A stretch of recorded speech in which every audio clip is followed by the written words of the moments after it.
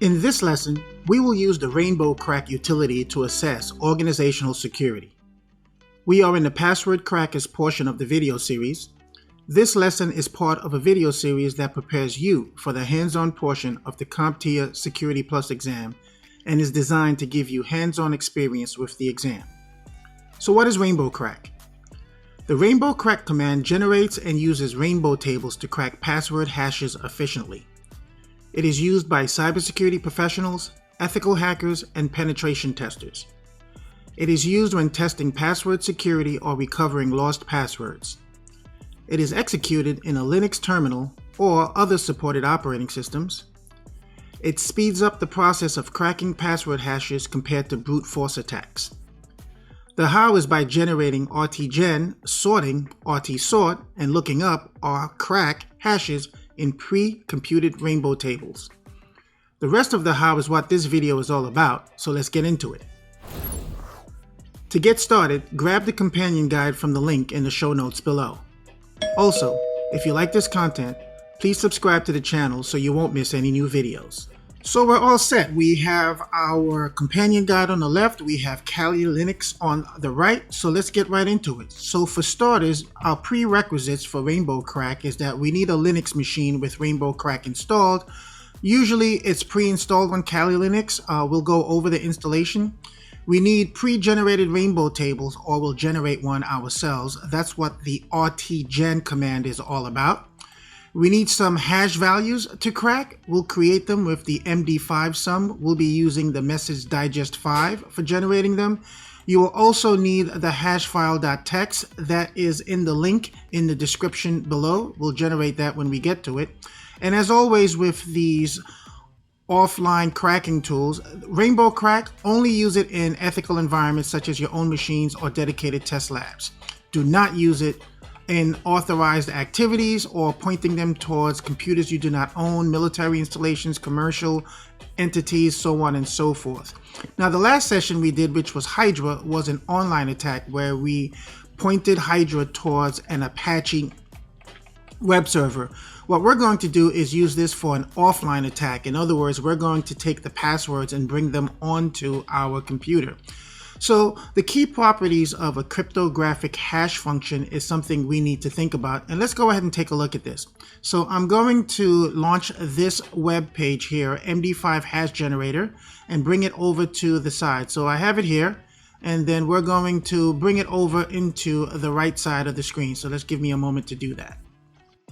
Okay, so we have the MD5 hash generator. So let's talk about a hash if you haven't done this already in class. I understand these videos are the hands-on portion of the video series. First and foremost, it's a one-way function. And what do I mean? Let's put a word in here, password. It's a one-way function, and when I hit generate, it's going to create a hash or a unique fingerprint or a signature, or also called a digest, which is what the D and MD. So it's one way. In other words, I put in the word password and it created this hash or this serial number. Another key piece of this here is that it has a fixed sized output or a variable input, fixed length output. In other words, if I start to add more text to this here, and I can add as much as I want, I regenerate. Notice how this hash stays the same size in terms of length. Different hash, this is our string, but it's the same length. It doesn't matter if it's just one word. For example, if I just do the letter P, it's going to be this length. Or if I put in a full sentence, it's going to still be this length here. So we have one-way function, we did. It's like chopping up things in a blender, right? And trying to unravel that process. You can't do that, at least not easily. Fixed sized output, we saw that whether it's one character or a whole sentence, you're going to get the same size. The other part is the input remains unknown. In other words, I cannot reverse engineer the hash. If you give me the hash, I can't tell you what the input created it, what input created it. So that's key, because this is how we can do file integrity, or we can actually take a look at file to make sure they weren't tampered. So I cannot verify the input by looking at the output. Another character is a tiny change gives you a big difference, called the avalanche effect. Now look at this MD5 hash. It starts out 605. It looks pretty stable. I'm just going to add a period, a tiny change to this here. I'm going to generate and watch the MD5 change. It changed dramatically. So a tiny change makes a big difference. So this is the avalanche effect, or sometimes called diffusion, which is the whole thing changes. Here's another key piece, consistent results. I will always get, I'm going to put password here, I will always get the same result for the word password. So if I do password, I'll get this result here, 546. So I'm going to move my screen back over here so we can get back into MD5 over here onto our Kali Linux. I'm going to open a terminal just so you can see what that looks like. And I can generate, let's make this a little bit bigger. I can actually generate my own MD5 or my own hash. So I'm going to echo, let's do the echo -n, I don't want a new line, the word password, and we're going to pipe that through the MD5 checksum. And I get this number here, 5 Foxtrot 4 Delta Charlie Charlie, and I can see this portion here. I can copy it and compare it a little bit later. But the point that I wanted to demonstrate is that it is a consistent output. So when we take a look at our capabilities, we get consistent results. So that's one of the features also that we have with a hash function. Also, very efficient to compute, but hard to reverse. So think about if we had to take 2 cans of paint. I had white paint and I had red paint. I can mix them together and easily get the color pink. However, if you ask me to reverse that, it would be very difficult to reverse that process unless we had a lot of computing power in the hashing environment. So this is used for security quite often because of these features. So one of the things that we can do, and you see that we have verified hashes before, but in the case here of RainbowCrack, I can sit here and create a rainbow table. For example, this is the word password. It will always create this MD5 hash. So great, I would save this to a database. Then I can do 1, 2, 3, generate that, and save this to a database.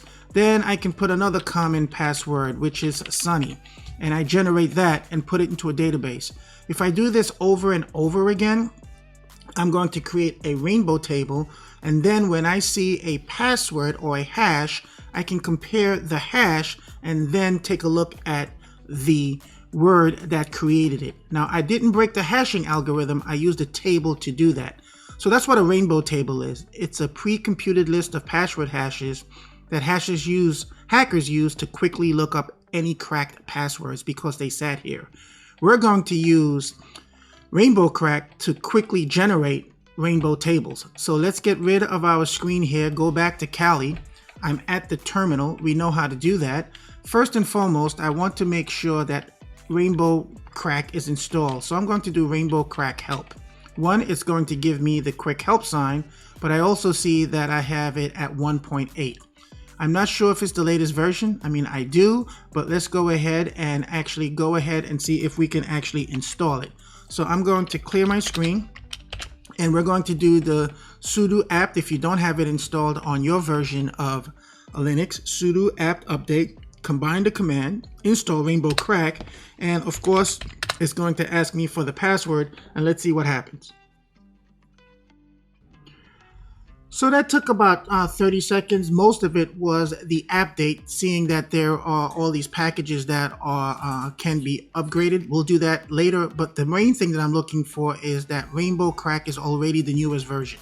I could have just went right ahead and tried that as well, but I see it's already the newest version. This is how you install it, or you can go to Project RainbowCrack and download it directly from RainbowCrack. So I have it up here as well. So if you click on this here, you can download it for your distribution. So in this case here, we're on Ubuntu 20.04, or actually Kali Linux. So it's already pre-installed on Kali Linux. But if you want to put it on Ubuntu or Windows, you can go ahead and download it from there. And the link is in the show notes. So, okay, so let's get back to work here. I'm going to clear my screen. And in this case here, I'm going to generate a pin example. So we're going to actually go ahead and run the command. So it's sudo, and make a long story short here, we're going to rainbow table generate. It's going to be the MD5 hash. It's going to be strictly numbers, minimum 1, and the maximum is 600. So I'm looking for pins here. So I'm going to run that and give it some time, and it ran the table. The table is actually kept here in the user share. So let's cd to user share, and we're going to go to user share RainbowCrack. And if I do an ls star.rt, I can now see that rainbow table. So I have two rainbow tables there. So now I'm going to generate. So the first thing is we created the rainbow table. I have two of them there from a previous exercise. I just visited them here. Now we have to sort it. We have to sort the rainbow table because this is a bunch of numbers. We want it to be optimized. So I'm going to use the sudo command again, rt sort. And right here, meaning right here in this directory, we're going to sort. So I have this table here that was sorted. And I also sorted the one we just created. So we have two rainbow tables in this directory and we're all set. So now I'm going to test to see if the hashing algorithm works first. So let's go ahead and create our own hash. I'm going to clear the screen to bring it back on top. And I'm just going to copy this command here, which you've seen before, which is this is how we generate hashes. I'm going to say MD5 echo no new line, append 1776. I'm going to pipe it to the MD5. And if I put the hashtag, this is the number I'm expecting to get. So let's see what happens. And sure enough, this is what we got. So now let's assume we had this hash. I'm going to try and crack this hash right now using the rcrack command. So this is the part where we actually crack the password. We're going to copy that. I'm going to put it into buffer. And let's just take a look at that command before we hit enter. So it's rcrack dot meaning this directory or this folder. And now I'm using the -h, which is this is the hash value of the number that we have. And let's go ahead and hit enter and give it some time. That took only a few seconds. You can see the time here, 3.4 seconds. And yes, it gave me the pin. Now I did this to test the capabilities of it. Normally, you would just get a hash, so you have a hash value. For example, I see a hash, I need to crack it. I have rcrack already installed. I have a rainbow table that was generated, rtgen, and I used rtsort to sort it in a numerical value. Let's go ahead and take a hash, and that's all we have at this point is the hash. I'm going to clear the screen. We already see the value there. I'm going to hit enter and give it a moment. And we see that just having the hash, rcrack dot, and having the hash reversed engineered. And what I mean by reversed engineered, it's a pre-computed table. I can look up the table because this hash was already in there. And this is the hash for the number 2000. Now I can go ahead and verify this if I wanted to be sure. So it's 800. Let's go back to our MD5 generator. I put in 2000. I generate. And that number should be very similar, not very similar exactly. So 08F9C and it goes on. So what I was able to do was get the hash, put it into RainbowCrack. I did rtgen to generate a rainbow table. I sorted it and I used the rcrack command to crack that hash to give me this password or this pin of 200. As you can see, this is very powerful. Let's do it one more. Let's assume that again, we didn't have a hash. We didn't know what the hash was. All we have is the hash. And we want to do this again. So I'm going to Control X out of this. I'm back on the Kali Linux side. I'm going to clear the screen. I'm going to rcrack dot, meaning here, this is in this folder is where we have our rainbow tables. -h, this is the hash value. Let it work. 2 rainbow tables were found. It gives us some performance information about memory and disk space. And then we see we have reversed engineered or cracked this hash. So we have 4321 is the number I was looking for. So as you can see, this is very powerful. Only use this on computers that you manage. And this is an offline attack, meaning that we have the hashes and we're breaking them offline. So now I want to do a little house cleaning so you can see what this looks like. So I'm going to clear my screen. And you see I have all the hashes there. So let's just do a ls so we can see that in the long format. Oops. Let's go that through the long format. So these are the hashes. let's get rid of them. So I'm going to sudo remove all the MD5 hashes, not all the files. I just want to do MD5 and star that star, and I'm going to force it. So we're going to get rid of them. Let's just make sure that looks right. And all the hashes are gone. So we're going to recreate them for a couple of reasons. So now in class, usually students will ask, or learners will ask, so where do we get these hashes from? I know we generated hashes from. How would we find hashes? Well, let's take a look in Kali Linux. Let's go into the back end of this. Let's go to sudo cat. The cat is going to concatenate. We're going to use the etc. And this is where the user passwords are stored on Linux systems. Sudo etc shadow. Now these are different users. They don't have any passwords. I know that because the Kali Linux account has one here. So I'm going to create another account so we can see this a little bit better. So it's already on the bottom here. So let's go ahead and add a user. So we're going to add a user called Alice. So we're going to add user Alice. And of course you have to be super user to do that. So sudo add user Alice, and it's asking for a new password. Let's make it the word password. Password. Password, and we can just accept the defaults here. So I'm just hitting enter on my keyboard, the letter yes to accept it, and I have created a new user. I'm going to clear, go back and do a cat etc shadow. I'm going to do this twice so you can see it. So this is now Alice is down here, and now Alice has a password or a hash. Clear one more time, and now we're going to just use the sort command. I'm going to pipe this towards sort so we can sort this a little bit better, so that way Alice is on top and Kali is here. Now these are the hashes. Now needless to say, in order to see the etc shadow folder, you need root access on this machine. There's a couple of unique differences here with these hashes. These hashes are, one, encrypted, and also they have a salt value. There's extra pieces of information, but this is the user password in a hash format. This is what we would attempt to break with RainbowCrack if you had your hands on the hashes. So you don't want adversaries to get access to the etc shadow, which is why it's secure, and also why it is encrypted and salted from a hash. For the purpose of this tutorial, we're looking at a tool that can break it, and just wanted to show you how you can get hashes. There are other ways. So there are other ways you can get it. On a Windows machine, you can use product key like Nursoft or Mimikatz to extract hashes. We can also do this on web apps, where we can use different tools like SQL injection or database access can get password hashes. Or we can do what we've done in other tutorials using TCP dump or Wireshark, and you can actually listen to traffic on a network, and it's a technique called pass the hash, which is a weakness.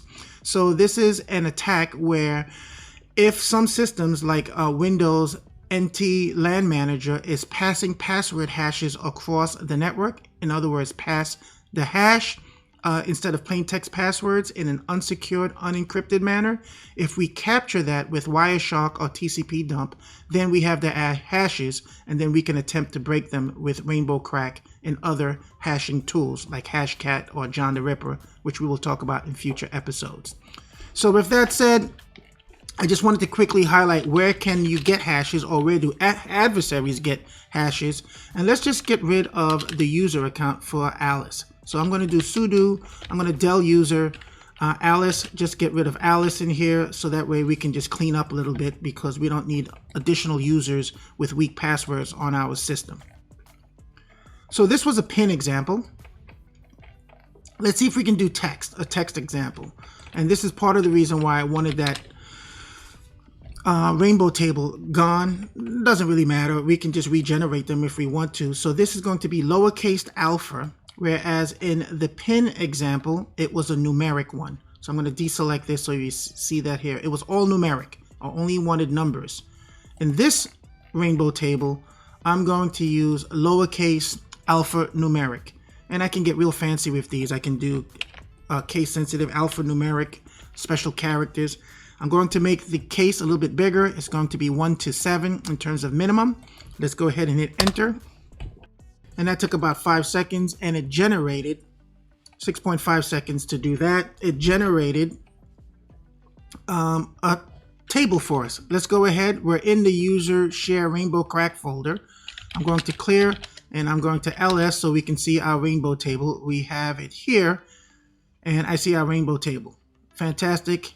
We see the size here, so we're in good shape here. So now I also want to sort it. So we generate using rtgen. We're going to sudo and sort it, rt sort, this folder, this rainbow table. It sorted it, so that way it's easier to look it up from a database perspective. And now we're going to test it. And I'm going to use the same command we did before. I'm going to echo a value that I know about. So I'm going to echo no new line cat, pipe it to MD5 sum, and I'm expecting to get this hash value. Okay, great. Now that I have the hash value, I'm going to use the rcrack command and see what value I'm going to get. I'm expecting to see cat because this has been pre-computed. I come here, I do rcrack dot this folder minus h for this hash value and give it some time. One rainbow table was found, which is this rainbow table, and it was able to compute it. So it told me that cat was this value here. We already know, we saw this before. I can go ahead and just put in cat into a MD5 hash generator. I hit generate and I see I have the same exact number. D077, Foxtrot 2, and the list goes on. So we know this is working perfectly. So back to our lab, let's do a little housekeeping. And now we're going to assume we didn't generate our hash. We received this hash from whatever sources. Maybe it was from a pass the hash, maybe it was from another source, maybe it's from a cat Etsy file that was broken by another tool. So we're going to get the hash. I'm going to use the rcrack command, clear. First we need to clear from the bottom, bring it back on top. And now we're going to just use the hash. It says one rainbow table was found. It gives me the memory that was available, and we were able to break this hash, and we know that is the word dog or password dog. Okay, very good. Now, this is not the most efficient way to do that, right? Let's use a file. So let's go ahead and clear the screen.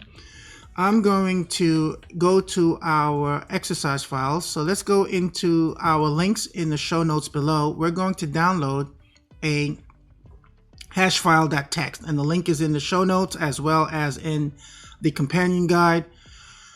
We can do this a variety of ways. I'm just going to use the download version that we have here. So we see there's a list of hashes in here that we were given.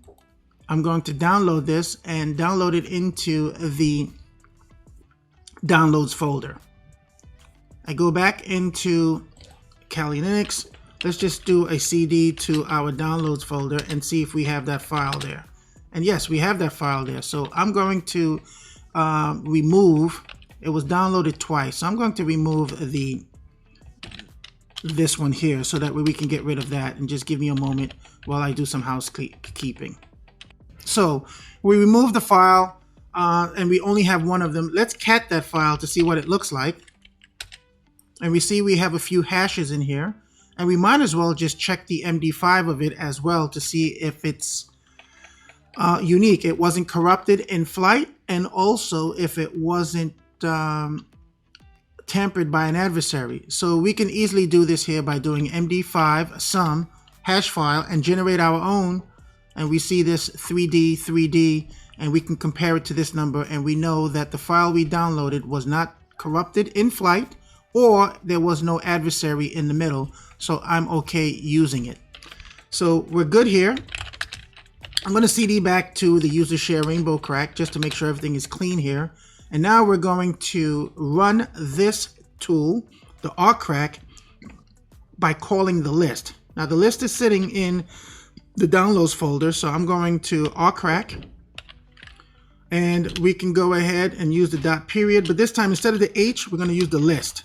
I'm going to tilde downloads and pull the hash file.txt that we downloaded just moments ago, and hit enter and give it a moment and see how long it takes. And there we have it. That took about 10 seconds. You see now we had the 3 hashes, and it was able to basically reverse or look up the table in the rainbow table and give us the passwords. So we now have cow, cat, and dog. Now I kept these simple because one, we have smaller tables that we generated. Going forward, you can do a number of things, and let's talk about the getting help portion of this here. So for starters, you can get other RainbowCrack tables generated here. So let's go ahead and launch this link, and you can get fairly large rainbow tables directly from the site. So let's get that working in a moment.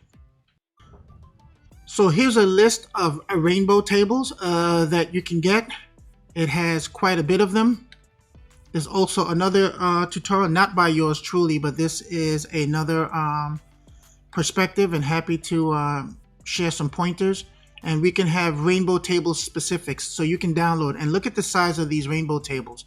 Some of them are quite large, which is why I kept them small on my size when I did my tables, but these are pretty big, and you need some computing power to go through those tables. You can also look at RainbowCrack this way for help. So if we just do rcrack, and without any commands, it's going to give us the information as we did before. It's going to give us the version, and you saw the two ways that we can run rcrack, which is the -h for if you know the hash, or if you're pointing to a hash file. And of course you can do rcrack help, which we did in the beginning of course. We bring it up again here. It's the same thing. I'll just bring it up on top so you can see that as well. And then last but not least, the documentation can be found here. Let's go ahead and visit the documentation. It's going to give you a lot more information about RainbowCrack. So I know this was quick and dirty in terms of going over the idea of hashing a rainbow table.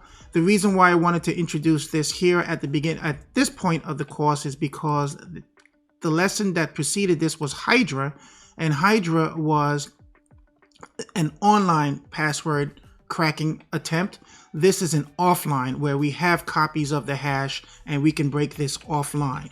So I really hope you enjoyed this tutorial, this lesson here.